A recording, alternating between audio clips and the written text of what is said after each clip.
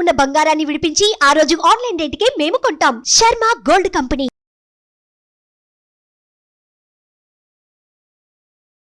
నమస్కారం, సుమన్ టీవీకి స్వాగతం. ద్వాదశ రాశుల వారికి ఈ మే మాసం అంతా ఏ రకంగా ఉండబోతుంది, నవగ్రహాల స్థితిగతులు ఎలా ఉన్నాయి, ఎటువంటి ఫలితాన్ని అందిస్తున్నాయి అనే విషయాన్ని తెలియజేసేందుకు మనతో పాటు ఉన్నారు జ్యోతిష్య రత్న, జ్యోతిష్య చక్ర వైభవ నిపుణ డాక్టర్ రాళ్లపల్లి రవికుమార్ గారు మనతో పాటు ఉన్నారు. గురుగారు నమస్కారం అండి. నమస్కారం. గురుగారు, ద్వాదశ రాశుల వారికి ఏ రకంగా ఉండబోతుంది మే మాసం అంతా అనే విషయాన్ని తెలుసుకునే ముందు నవగ్రహాల స్థితిగతులు ఏ రకంగా ఉన్నాయి వాళ్ళ మొత్తం అంతా కూడా. రవి గ్రహం వచ్చేసి మనకి వృషభ రాశిలో ఉన్నారు. అలాగే కుజుడు వచ్చి మనకి మీన రాశిలో ఉన్నారు. అలాగే రాహు వచ్చేసి మనకి అదే మీన రాశిలో ఉన్నారు.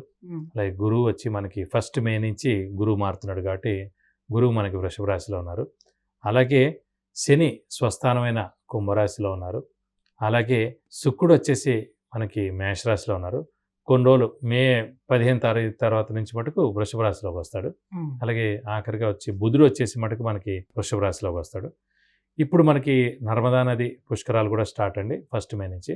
మనం ఎప్పుడైనా సరే ఒక రాశి నుంచి ఇంకో రాశికి గురువు మారినప్పుడు ఎలా చూసుకోవాలంటే, పుష్కరాలు ఎప్పుడైతే ఆరంభం అవుతాయో ఆ రోజు నుంచే మనకి గురువు ఒక రాశి నుంచి ఇంకో రాశిలోకి మారుతున్నట్టు అన్నమాట.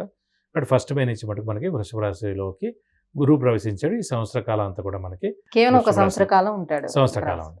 అందుకే 12 రాసులు కాబట్టి 12 ఒక్కొక్క సంవత్సరం కలిపితే పుష్కర కాలం అంటారు మనం. సో అందుకే 12 సంవత్సరాలకి పుష్కరం అంటారు. గురుగారు, ఈ మే మాసం అంతా కన్యా రాశి వారికి ఏ రకంగా ఉండిపోతుంది? వాళ్ళు ఎటువంటి ప్రికాషన్స్ తీసుకోవాల్సిన అవసరం ఉంటుంది? కన్యా రాశి అనగానే మనకి ఉత్తర 2, 3, 4 పాదాలు, హస్త 1, 2, 3, 4 పాదాలు, చిత్త 1, 2 పాదాలు, ఈ నక్షత్రాల సమూహం అంతా మనకి కన్యా రాశిలోకి వస్తుంది. ఈ రాశి వారికి అత్యుత్తమంగా ఉందని చెప్పుకోవాలి. ఎందుకంటే మొన్నటిదాకా 2 ఏళ్ల నుంచి, అంటే ఒక ఏడాది నుంచి అయితే అష్టమ స్థానంలో ముఖ్యంగా గురువు ఉండిపోవడం, అలాగే రాహు కూడా అష్టమ స్థానంలో ఉండడం, ఇవన్నీ కూడా జరిగాయి. సో దేవుడి వల్ల ఇప్పుడు మనకి గురువు మటుకు భాగ్యస్థానంలో వచ్చి గురుబలం అనేది, దైవబలం అనేది, దైవానుగ్రహం పరిపూర్ణంగా వచ్చిందండి. అలాగే శని కూడా మనకి 6వ స్థానంలో చాలా బాగున్నాడు. 6వ స్థానం అంటే డెట్స్, మిజరీస్, ఎనిమీస్, అంటే అప్పులు, అనారోగ్యం, అలాగే శత్రువులు. సో శత్రువులు ఎవరు ఉండరండి. అలాగే ఆరోగ్యం అనేది చాలా బాగుంటుంది. అప్పులు అనేవి కూడా తీరిపోతాయి. సో ముఖ్యంగా శని అక్కడ ఉన్నందుకు. అలాగే శని ఉద్యోగకారకుడు, ప్రొఫెషన్ కారకుడు, ముఖ్యంగా ఆరోగ్యం, ఆయుష్ కూడా. సో ఆరోగ్యం బాగుంటుంది, ఆయుష్ బాగుంటుంది, వృత్తి బాగుంటుంది, ప్రొఫెషన్ బాగుంటుంది, ఉద్యోగం కూడా చాలా బాగుంటుంది అని చెప్పుకోవాలి కన్యా రాశి వారికి. అలాగే భాగ్యస్థానంలో గురువు వచ్చినందుకు దైవబలం, దైవానుగ్రహం పరిపూర్ణంగా ఉండడం, తీర్థయాత్రలు దర్శించడం, గురువుని దర్శించడం, గురువు యొక్క బ్లెస్సింగ్స్ తీసుకోవడం, దైవ దర్శనం చేసుకోవడం, శ్రమకాలం ధనం వ్యర్థం కాకుండా ఉండడం, అవసరానికి డబ్బులు సమకూరడం, రావాల్సిన బాకీలు వసూలు అవడం, ఎక్విషన్స్ కలిసి రావడం, మధ్యవర్తిత్వం సఫలీకృతం అవడం, సో వ్యాపారస్తులకు కూడా పట్టిందలా బంగారం అవడం, కొత్త వ్యాపారం స్టార్ట్ చేసుకోవచ్చు, ఎక్స్పాన్షన్కి వెళ్ళచ్చు, అప్పులన్నీ కూడా తీరితే కొత్త అప్పులు చేయక్కర్లేదు, మీరు ఇచ్చిన క్రెడిట్స్ ఏవన్నీ అవన్నీ కూడా తప్పడం వెనక్కి వస్తాయి. సో ఇలాగే అంటే ఉద్యోగస్తులకి మనకి ప్రమోషన్స్ చెప్పవచ్చు, అలాగే నిరుద్యోగులకి ఉద్యోగం రావడం, అలాగే వివాహం కాని వారికి వివాహం అవడం, సంతానం లేని వారికి సంతానం కలగడం, అలాగే ఆరోగ్యం, ఆయుష్ బాగుండడం, ఇవన్నీ కూడా జరుగుతాయండి కన్యా రాశి వారికి. ప్రస్తుతం మటుకు ఒక్క నెల మటుకు 7వ స్థానంలో కుజరాహులు ఉండడం చేత భర్త లేదా భార్యకి చిన్న యాక్సిడెంట్ జరగడం కానీ, చిన్న చిన్న మాట పట్టింపు రావడం కానీ, కొంచెం అన్యోన్యత లోపించడం కానీ ఒక్క నెలలాళ్ళు ఉంటుందండి. ఎందుకంటే కుజరాహులు కలయిక 7వ స్థానం. సప్తమ అంటే ఇదివరకు కూడా చెప్పుకున్నాం మనం, భార్య భర్తలు కానివ్వండి, లేదంటే కనుక ఇమీడియట్ బాస్ కానివ్వండి, లేదంటే పార్ట్నర్, బిజినెస్ పార్ట్నర్ కానీ. సో ఇలా ఈ వీళ్ళల్లో అన్యోన్యత లోపించడం, ప్రాబ్లమ్స్ ఫేస్ చేయడం, కొంచెం ఇబ్బందులు కలగడం జరిగేందుకు అవకాశం. ఈ ఒక్క నెలల్లో అయిపోతే కనుక కుజుడు మారిపోతాడు, మళ్ళీ అష్టమ స్థానంలోకి వెళ్ళిపోతాడు, స్వస్థానం అవుతుంది మేషంలో కాబట్టి పర్వాలేదు. ఈ ఒక్క నెలల మటుకు మిశ్రమంగా ఉంటుందని చెప్పుకోవాలి. అలాగే రాశిలోనే కేతు ఉన్నాడు కాబట్టి విపరీతమైన స్ట్రెస్, స్ట్రెయిన్, మానసిక ఆందోళన ఎక్కువగా ఉంటుందండి. అంటే ఈ ఇంకా సంవత్సరం కాలం ఉంది రాశిలో కేతు ఉండేది. సో అదంత ముఖ్యమేం కాదు. ఎందుకంటే భాగ్యస్థానంలో గురువు ఉండి పంచమ దృష్టితోటి కన్యా రాశి, ఆ కన్యా రాశిలో ఉన్న కేతువుని చూస్తున్నాడు కాబట్టి, గురువు యొక్క దృష్టి ఉంది కాబట్టి ఎలాంటి దోషాలైనా తొలగిపోతుంది, నష్టమే ఉండదు. కానీ కొంచెం స్ట్రెస్, స్ట్రెయిన్, మానసిక ఆందోళన, ధైర్యం, అనుమానం ఉండడం, ఇవన్నీ కూడా చిన్న చిన్న ఉంటుంటాయి అన్నమాట. కాబట్టి అవన్నీ గురు శనిలో అయితే కాస్త బాగానే ఉన్నారు. గురు శని 100 ఉన్నారు. రాహుకేతులు మిశ్రమంగా ఉన్నారు. వాళ్ళు ఛాయాగ్రహాలు కాబట్టి అంత ఇబ్బంది కలిగించదు. కానీ చిన్న చిన్న అంటే మన జాతకం కూడా చాలా బాగుంది అనుకోండి, అలాంటి ఏ బదులు జాతకంలో కొంచెం లోపం ఉన్న, జాతకం కొంచెం వీక్గా ఉంటే మటుకు ఈ రాహుకేతుల ఎఫెక్ట్ మటుకు కొంచెం ఎక్కువగా ఉంటుందని.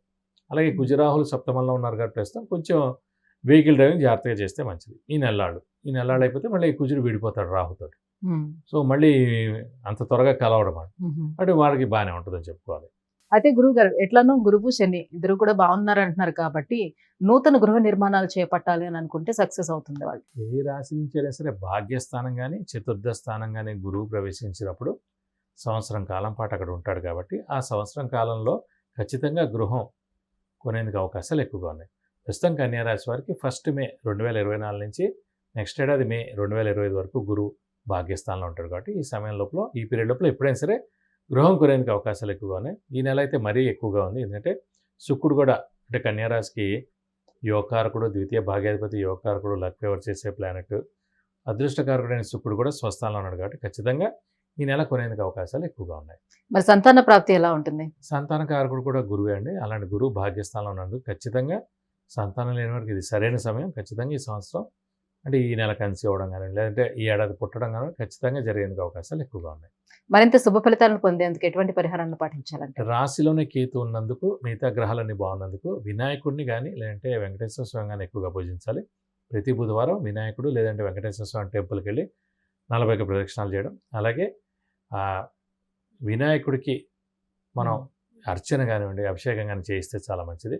ఇంకా కొంచెం స్ట్రెస్ స్ట్రెయిన్ ఒక ఏడాది పాటు ఈ కేతు అక్కడే ఉంటాడు కాబట్టి కన్యా రాశిలో ఈరోజు కేతుకి 7000 సార్లు జపం చేయించి ఉలవలు కేజీంపో దానం ఇస్తే కనుక దోషం మొత్తం తొలగిపోతుంది. గురుగారు కన్యా రాశి వారికి ఈ మే మాసం ఎలా ఉండబోతుంది అండ్ ఎలాంటి పరిహారాన్ని పాటించాలనే అంశాన్ని తెలియజేసినందుకు ధన్యవాదాలు. నమస్కారం.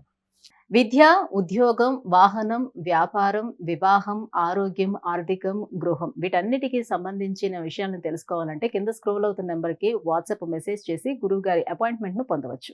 సుమన్ టీవీలో మీ పర్సనల్ అండ్ బిజినెస్ ప్రమోషన్స్ కోసం కింది నెంబర్కి కాంటాక్ట్ చేయండి. సుమన్ టీవీలో మీ పర్సనల్ అండ్ బిజినెస్ ప్రమోషన్స్ కోసం కింది నెంబర్కి కాంటాక్ట్ చేయండి.